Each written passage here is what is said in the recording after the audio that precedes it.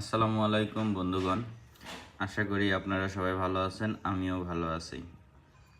আজকে আমি আপনাদেরকে যে খাবারটি দেখাচ্ছি, এই খাবারটি আসলে মূলত গ্রাম বাংলার একটি হারিয়ে যাওয়া খাবার বলতে পারেন। এই খাবারটি মাঝে মধ্যে রান্না করা হয়। এই ভাতটি যে ভাতটি দেখতে পাচ্ছেন, এই ভাত কিন্তু সাধারণ কোনো ভাত নয়। আমাদের বাসা বাড়ার মতো এই ভাতটি হচ্ছে খুদের ভাত। মানে খুদ খুদ মানে চাউল করার পরে যে চাউলটা ঝাড়ার পরে যে চাউলটা বের হয়, সেই চাউলকেই আসলে মূলত আমাদের আমরা বাংলা ভাষায় বলি খুদ। সেই খুদের একটি ভাত রান্না করে অনেক কিছু দিয়ে আম্মা। তো তারা কিভাবে রান্না করে আমি আসলে এটা জানি না। তো এই ভাতটি খেতে খুবই ভালো লাগে, এবং এর সাথে এই ভাতের সাথে শুধু আপনি ভর্তা জাতীয় খাবার খেলে আপনার ভালো লাগবে, তাছাড়া অন্য কিছু দিয়ে খেলে ভালো লাগবে না। এটা যেমন কালো জিরার ভর্তা, এই ভর্তার সাথে কালো জিরার ভর্তা, রসুনের ভর্তা, তারপরে মরিচের ভর্তা, তিলের ভর্তা, এইসব জাতীয় ভর্তা দিয়ে আপনি এই খাবারটা খাবেন, বেশ মজার এবং খুব তৃপ্তি করে খেতে পারবেন। তারপরে আমি সাথে আরেকটু নিয়েছি পেঁপে ভাজি। বেশ ভালোই লাগছে আমার কাছে এই খাবারটা।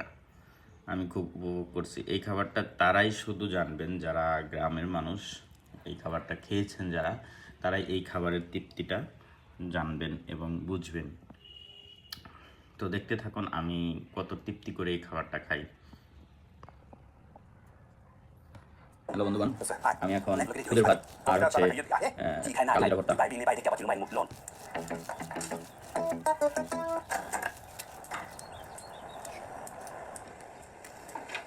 Amazing. ¿Qué pasa, güey? ¿Comienzan? No puedo traer cara. Aquí me. কি আছে এলাম এটা? কি আছে এলাম ভাই? কি? ঘুমের মধ্যে স্বপ্নের মধ্যে যা দেখলাম ভাইয়া। আরে মারছস? আরে মারুন কিলে? তাহলে কি মার মানুষ? জীবন আর রুপিয়া? আরে ভাইয়া কার কথা মনে পড়ে না আমরা? ঠিকই দেখলে তো ভালোই হতো ভাইয়া। হয়তো দেখছি একটা হোল আরে। আমরা বাচ্চা হয়ে আছে না? হ্যাঁ। তাহলে দেই। আর রুমের ভিতরে কয় যে বেশি গুণ আছে না? এগুলো হরি আর ডাক দিতেছে। কিরে কাবিলা? তুই ওদিন একটা কি ঘুমাস? এদিকে আমি জেলখানা বইব মারা খাইতেছি।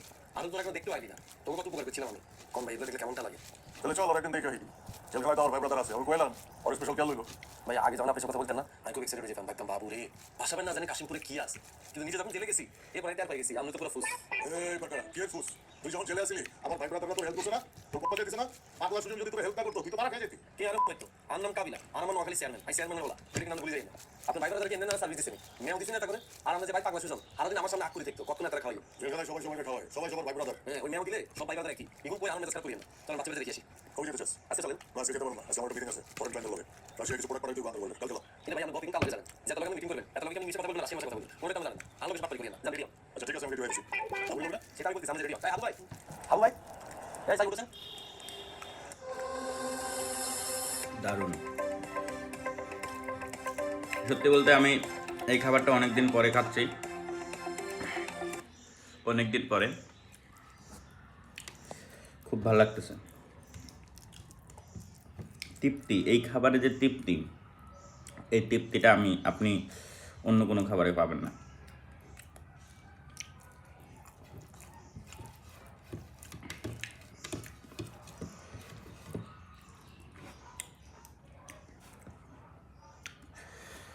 আপনারা আমাকে কে কী মনে করছেন সেটা আমি জানি না, তবে এই খাবারটা এমন একটি খাবার, মানে চেটে পুটে খাবেন আপনি। চেটে পুটে খাওয়ার যে একটা বিষয়, এই ধরনের খাবার হচ্ছে এই খাবারটি।